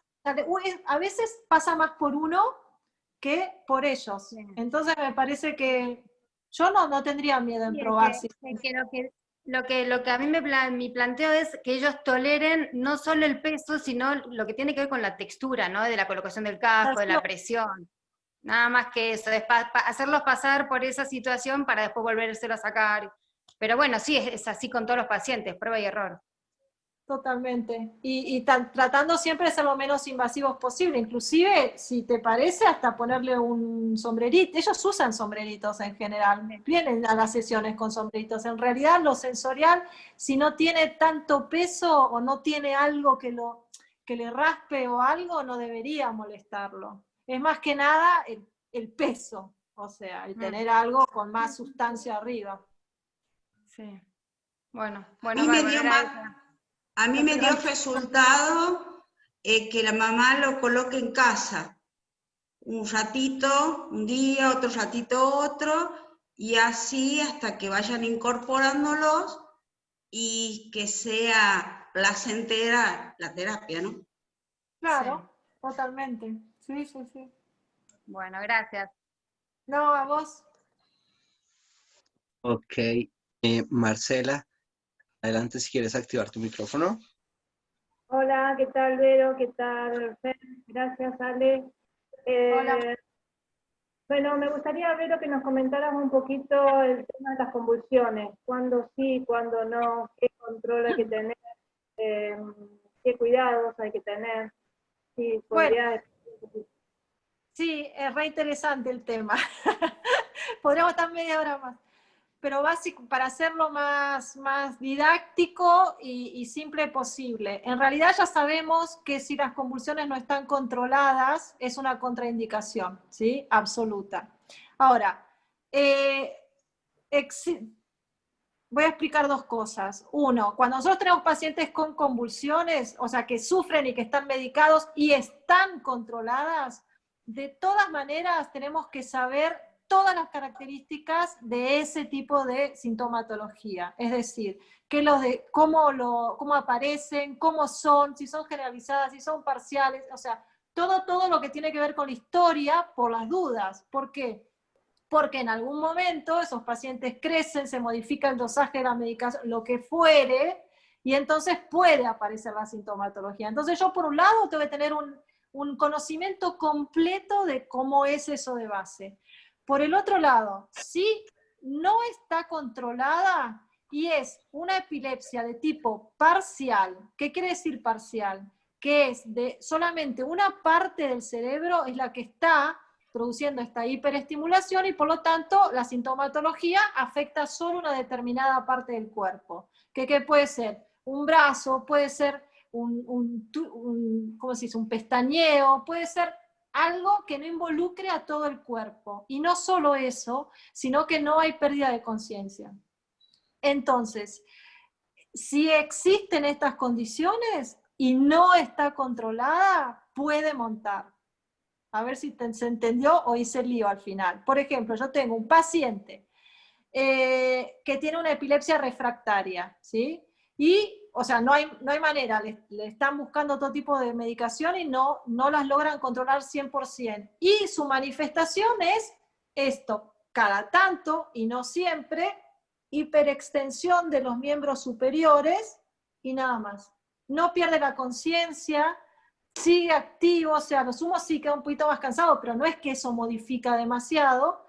Puedo seguir trabajando, porque yo estoy con él en backriding, arriba, controlando toda esa situación. Ahora, si tiene una epilepsia que es de tipo generalizada y hay pérdida de conciencia, o es focal, que se llama focal compleja, porque hay pérdida de conciencia, ahí sí está contraindicada. Y el tema de que cuando toma medicamento, el tema de los medicamentos tiene que ser controlado, o que tome el medicamento antes de ir a montar. No, el medicamento lo tiene que tomar como se lo receta su médico. Sí, o sea, a ver, en eso nosotros no tenemos que interferir, ni tampoco interfiere el tema del caballo. Es más, hay muchos pacientes que no tienen la epilepsia controlada focal y nunca manifiestan nada arriba del caballo, y otros sí. Es un tema delicado, pero no imposible, ¿sí? Es de razonar. En el único caso que no esté controlada y que se pueda montar es el que te dije, lo que se llama una parcial simple. No hay pérdida de conciencia. Bárbaro, gracias.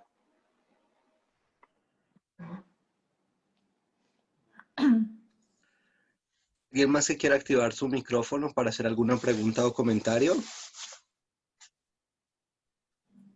Están desmayados. Bueno, lo activo yo. Hola, buenas noches.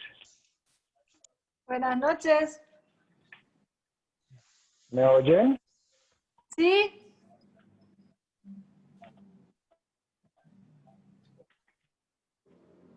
Yo tengo y tengo como dos puntas. Uno es si ustedes usan como la gross motor funcional para evaluar el nivel de las personas con las dificultades neuromotoras. Y si utilizan la batería para evaluar y también para hacer seguimiento a los cambios y con la hipoterapia. Y No. la segunda pregunta está relacionada a...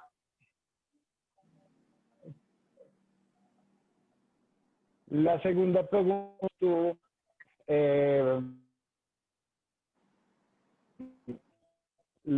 el trabajo del movimiento del caballo en este tipo de pacientes, la caja torácica, en la organización de la columna vertebral y en las contraindicaciones respecto a los grados de migración que tienen las subluxaciones de cadera. A ver, entendí la primera parte más o menos, la segunda no. Lo que entendí es si utilizábamos alguna escala de evaluación para seguir a los pacientes, ¿es eso?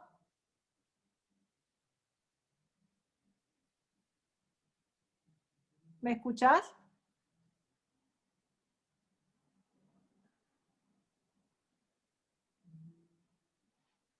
Me parece que si utilizan la gross motor functional, si la conocen y la utilizan. No la usamos, no uso una escala de evaluación con los pacientes en el club, eso no.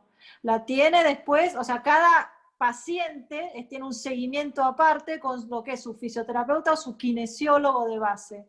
Y muchos de ellos la usan justamente para ver la evolución, pero nosotros no empleamos ninguna tabla de evaluación específica en el club. Nos basamos exclusivamente en la observación.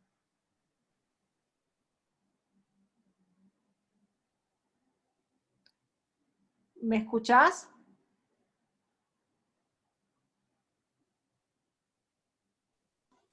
Que escriba las preguntas. Gracias. Elmer, si quieres escribir la segunda pregunta, que de verdad creo que ninguno de nosotros la alcanzó a escuchar, se entrecortó, si quieres la escribes. Yo entiendo por ahí a dónde apunta Elmer sobre esa pregunta, ¿sí?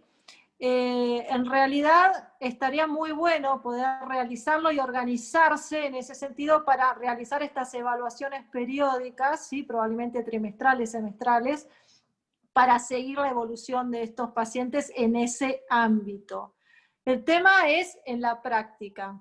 En la práctica es muy difícil contar por ahí con algún lugar específico donde se puedan también realizar estas evaluaciones, con lo cual uno siempre es como que lo va pateando en el tiempo y personalmente no me he dedicado ni organizado en ese sentido, ¿sí? Porque hay que tener una infraestructura, hay que tener una organización, hay que tener un lugar a donde hacerlo. Y la verdad es que en nuestro espacio eso no existe. Entonces lo que hicimos fue otro sistema de evaluación, en todo lo que tiene que ver con la observación directa y con los videos, ¿sí? Con las tomas, con las filmaciones, pero no hay una escala de evaluación que apliquemos específica. Eso es lo que entendí de la primera pregunta. Lo de la caja torácica después no entendí palabras sueltas.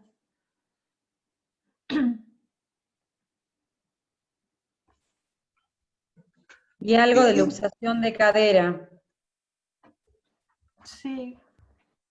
¿Pero qué?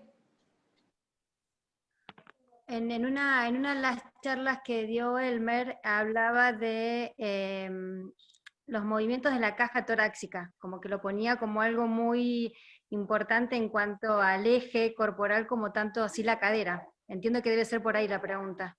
Ahí la puso. Ay, ¿cuál es tu percepción? ¿Me la lee? ¿Alguien me la lee? Porque yo estoy acá en el celular.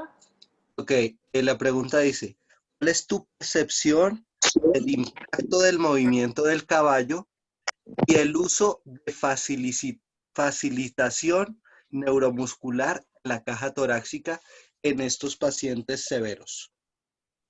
No sé de qué está hablando. Perdóname, Elmer, pero no sé qué es lo de la facilitación de la caja torácica, sinceramente. No sé. ¿Me oyes? ¿Ahí me oyes? Dale, adelante, Elmer. Sí, facilitación. Sí, digamos que el uso de las manos y BOBAT para facilitar la movilidad de la caja torácica como punto clave de control. Entonces, ¿cuál es tu percepción en estos pacientes severos que tienen tantas dificultades en la respiración por la conformidad de su caja torácica? Y si has podido prestar atención al impacto del movimiento sobre la caja torácica y cómo eso ayuda a mejorar la calidad de vida de las personas, digamos, con condición severa, digamos que serían Gross Motor grado 5. No sé si conozcas la escala de Gross Motor funcional. Sí. No, la verdad es que lo que yo como puntos de llave control siempre lo que hago más énfasis es en lo que tiene que ver, como dije antes, en la estabilidad pélvica y cuando necesito la estabilidad escapular para facilitar lo que es la activación justamente de los músculos cervicales y así facilitar el control cervical. Lo que es la estabilidad, no sé muy bien facilitación de la caja torácica, no sé muy bien ¿a qué te referís? Porque no conozco, o sea, y eso que he hecho 3 cursos de neurodesarrollo. Entonces no sé a qué te referís y no termino de entenderlo.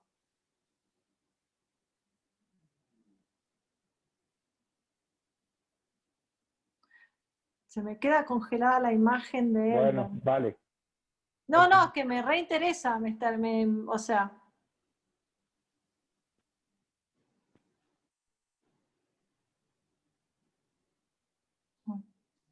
Sí, pues es que dije BOBAT tiene unos cursos particulares que se especializan en pelvis, otros se especializan, bueno,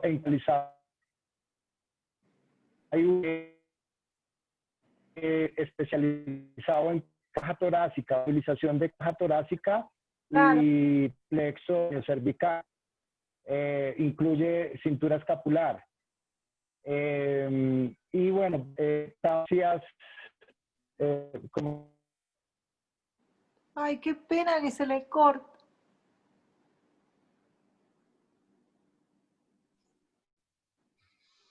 Bueno, ¿alguien más que tenga alguna pregunta? Creo que... Elmer. Lo que entiendo es como que es algo muy específico Qué pena. dentro del neurodesarrollo. Es que la conexión está súper... conexión. Claro, lo que alcanzo a entender es eso, como algo muy, muy específico. ¿Ahí me pueden oír? Ahí sí.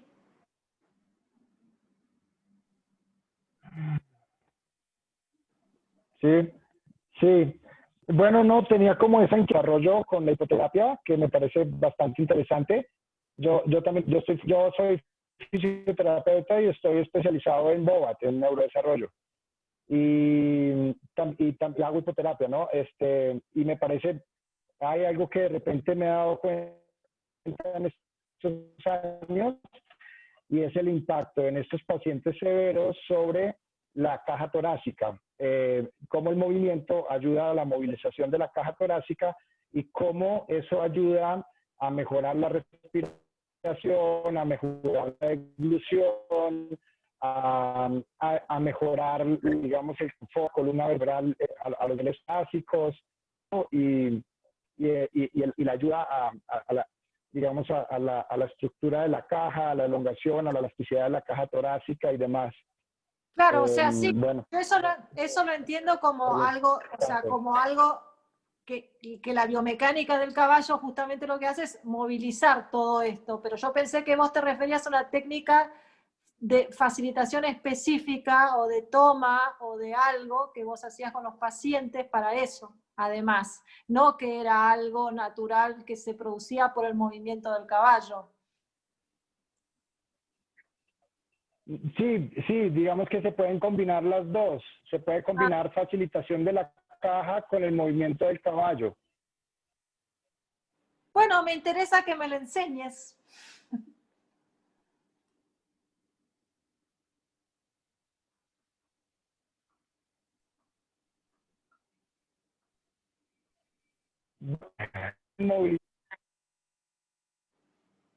Qué pena que no se escuche.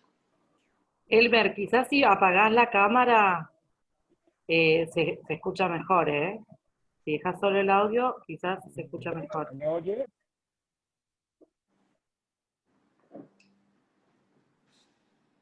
No. Ok, ya pruebo.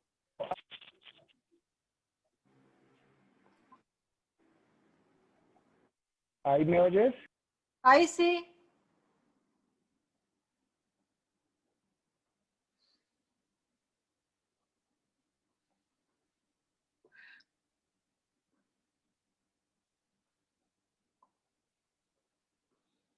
Hola. No, creo que Elmer ya salió de la sala. No, acá está.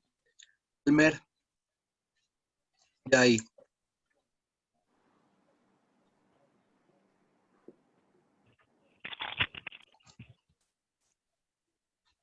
Hola. Hola.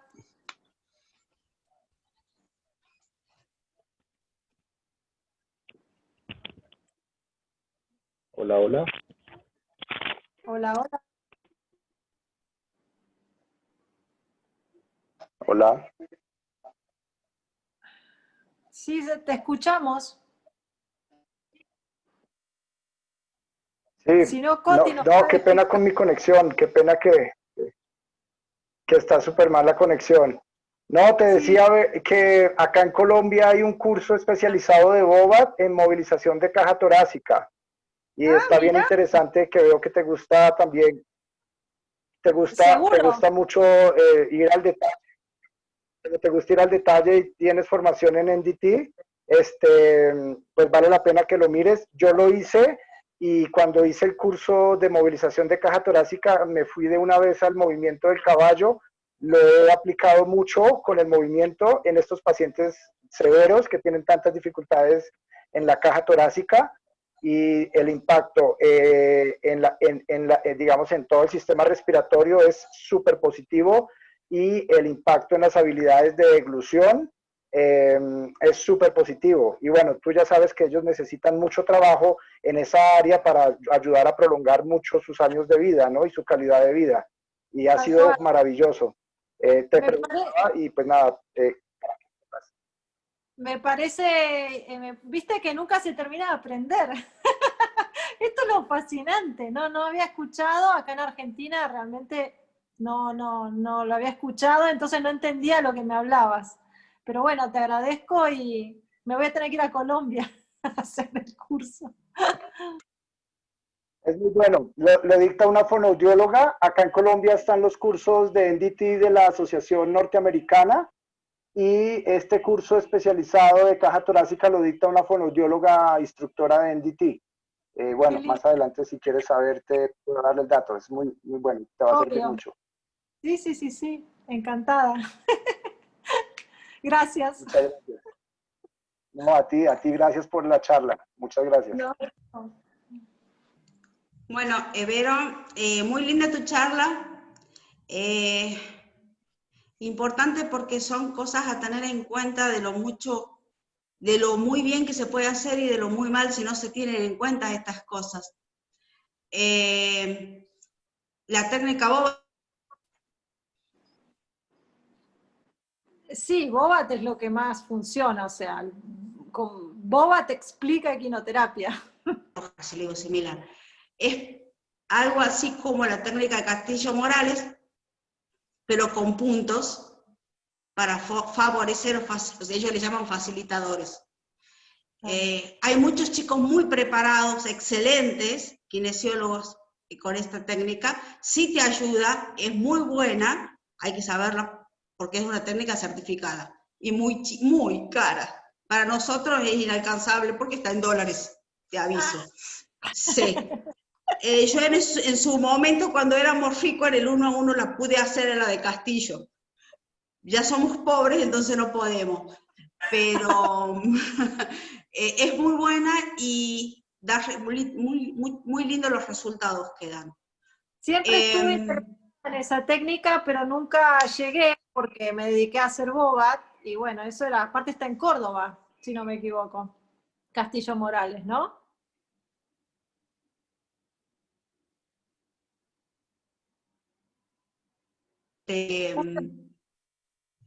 Ay, se corta. Bueno, felicidades y que tengan una linda noche. Y cuídense. Gracias, Karina, por estar.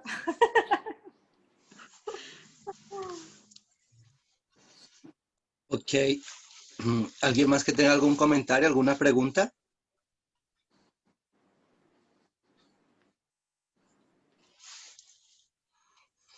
Vero, en tu masterclass anterior mencionaste un par de casos o situaciones las cuales cancelabas una sesión. Quisiera que de pronto, no sé, si puedes recordarnos acá para las personas que de pronto no estuvieron, ¿en qué casos dices que no? Aparte de los videos que se te solicitan, ¿listo? A ver, es sentido común. Si yo tengo que trabajar con un paciente severo, con backriding, y no tengo el auxiliar conductor que necesito para hacerlo con seguridad, voy a tener que suspender la sesión, por ejemplo. Eso es una cuestión práctica. En el caso de que, a ver qué otro caso, más que nada desde el punto de vista logístico yo me refería. Si no tengo los laterales, si el caballo está molesto, todo lo que pueda hacer que esa sesión se vuelva insegura, básicamente. A eso me refería puntualmente. Después no sé si era una pregunta del chat o... Sí.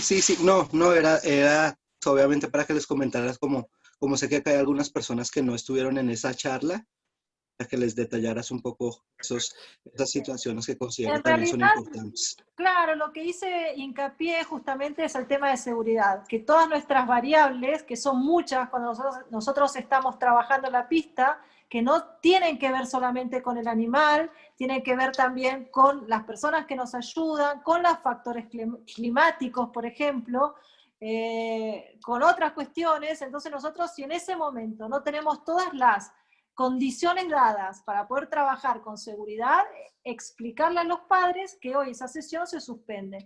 Para esto, obviamente, tenemos que tener una buena comunicación con las familias. Nosotros esto lo tenemos que anticipar. No es que decimos, ay, no, mira, hoy no podemos trabajar. No, seguramente se van a enojar. En cambio, si nosotros todo esto lo aclaramos desde un inicio, ellos nos van a acompañar y nos van a entender si necesitamos decir, hoy no se trabaja. Pero no nos pongamos en riesgo, ni ellos, ni nosotros, ni nadie. Porque estamos trabajando con una realidad muy complicada. A eso me refería. Ok, muy bien. ¿Alguien más? ¿Alguien que quiera hacer una última pregunta, un último comentario? Adelante, Carolina.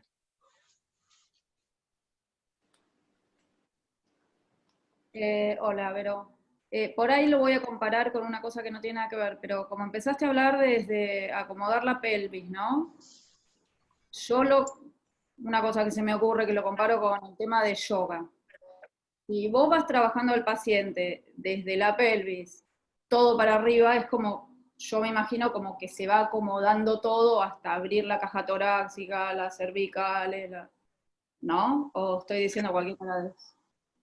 No entiendo, ¿vos decís que se acomode solo al momento? No, que lo vas trabajando vos, solo no se va a acomodar. Claro, exacto, o sea, por eso es posicionar la pelvis siempre lo más neutra posible y seguramente eso repercute para arriba. Vas tirando todo, vas trabajando desde la pelvis, digamos, si la pelvis no está acomodada, no se acomoda nada. Nada. Es una obviedad.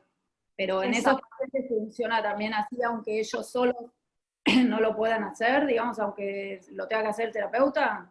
Claro, vos lo que tenés que hacer, para eso está el terapeuta atrás. Si él físicamente, digamos, porque no puede, por la lesión de base, por lo que fuera, no puede, vos vas a tener que justamente ayudarle a darle estabilidad externa para empezar a construir la postura. ¿Sí? Por eso trabajas todo así de pelvis para arriba.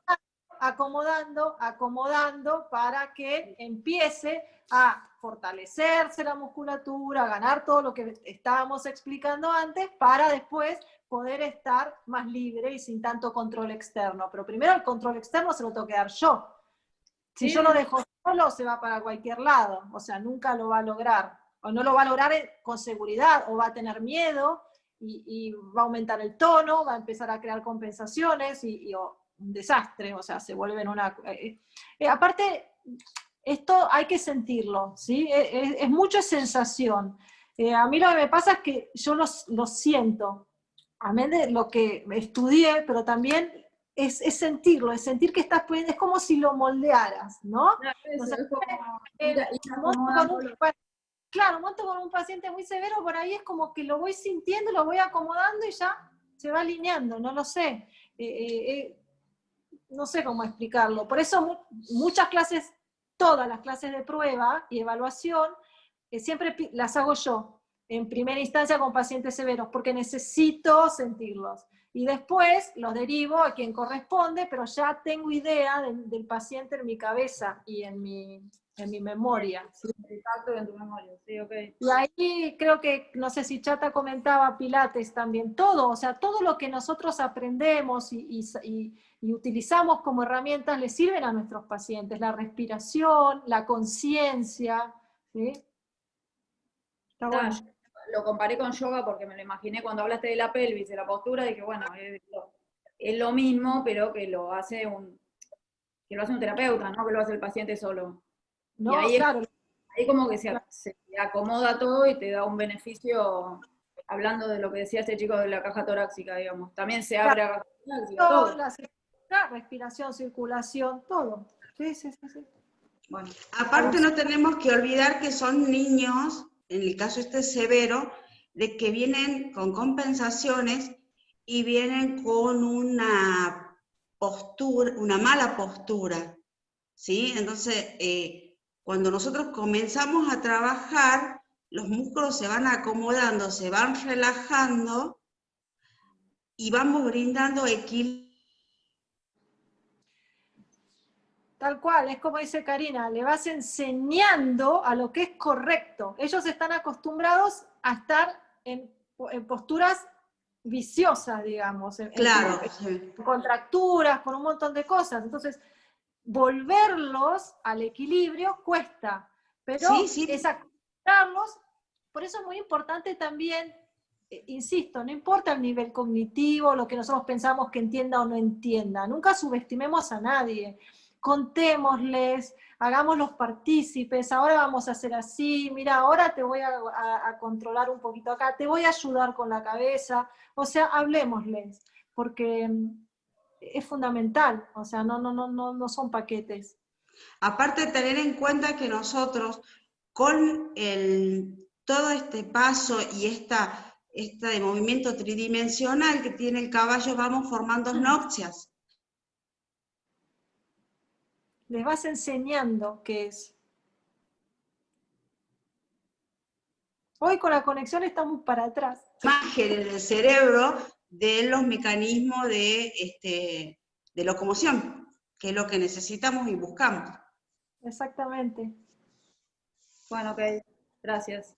Perdón, no puedo con mi genio. Ya estamos en familia. Bueno, Verónica, realmente muchísimas gracias por esta nueva entrega, por esa pasión, por esa claridad, evidentemente por todo el trabajo desarrollado y todo lo que sé que sigues haciendo en pro de la hipoterapia.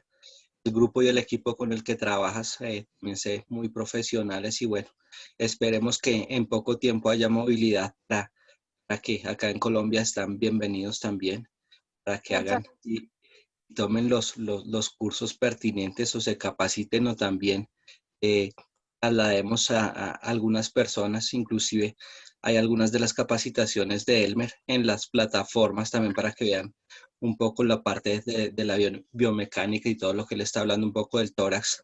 Sé que ahí también van a tener algunas bases interesantes. Coti ya se la vio, eso me ha escrito como 5 veces que por favor diga que eso lo ha dicho Elmer, entonces esto es gracias a Coti. Todos de verdad también muchísimas gracias por su participación, por estar, por seguirnos en las redes. Creo que este movimiento va teniendo cada vez más fuerza y más impulso. Nos vamos conociendo. Por fin prendió Coti la cámara. Entonces, Fernanda, mil gracias por este soporte técnico el día de hoy.